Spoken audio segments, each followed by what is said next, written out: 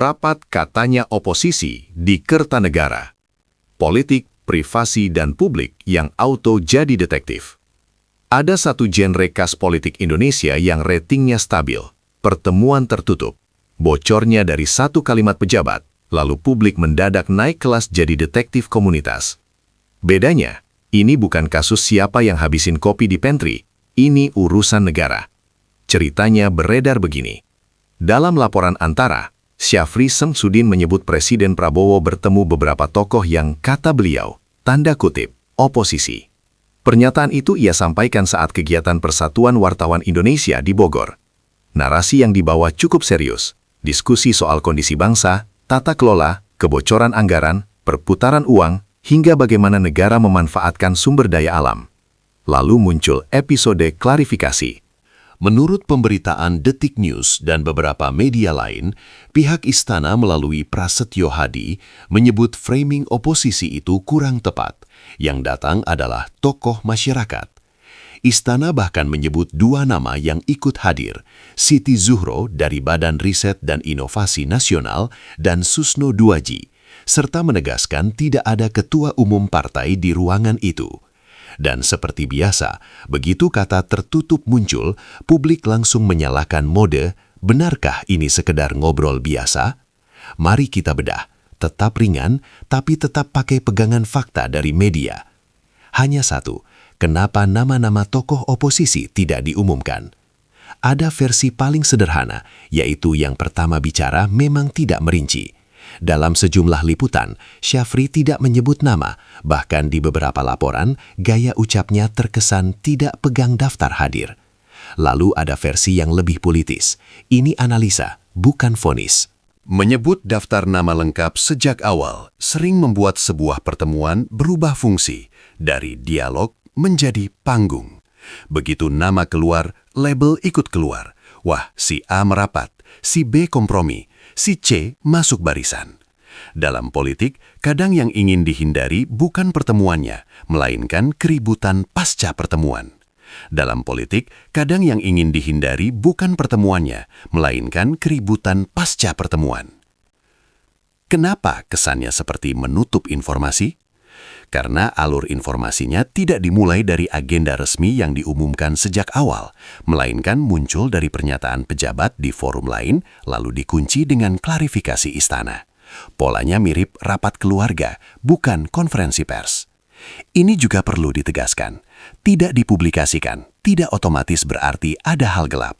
Banyak pertemuan tingkat tinggi sengaja low profile supaya peserta bicara lebih lepas. Kamera itu seperti lampu neon. Begitu menyala, kalimat orang jadi rapi, aman, dan penuh kata sinergi. Yang membuatnya makin terlihat ditutup adalah perang istilah. Satu pihak menyebut oposisi, pihak lain bilang bukan oposisi. Kalau label saja sudah diperdebatkan, wajar detil lain ikut disaring agar spekulasi tidak liar. 3. Inisiatif siapa pertemuan itu? Fakta yang bisa kita pegang dari rangkaian pemberitaan, pertemuan terjadi di Jalan Kertanegara, tempat yang secara simbolik identik dengan ruang privat yang sering jadi ruang politik.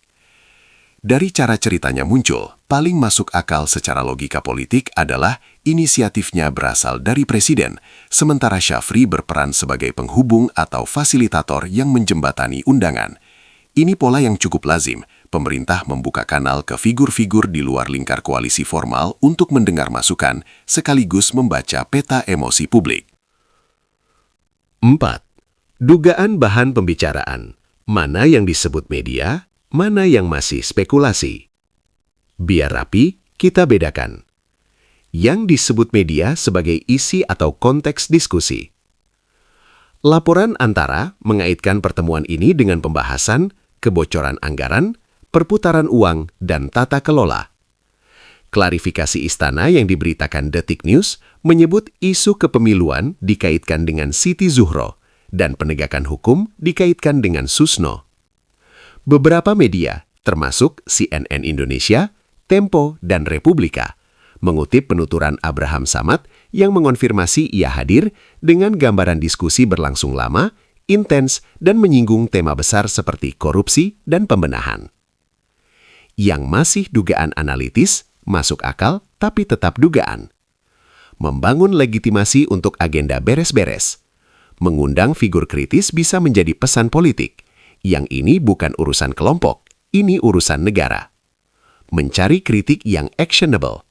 Kritik publik sering benar arahnya, tapi pemerintah butuh detil lapangan, jaringan, dan peta masalah yang lebih praktis. Manajemen risiko konflik.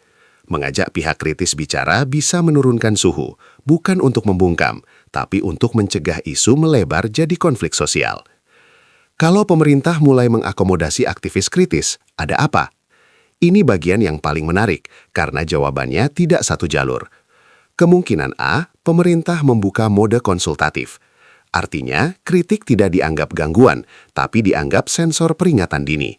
Ini sehat kalau ada tindak lanjut yang bisa diukur.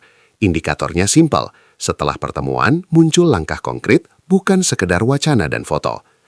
Kemungkinan B, ini strategi merangkul agar tensi turun.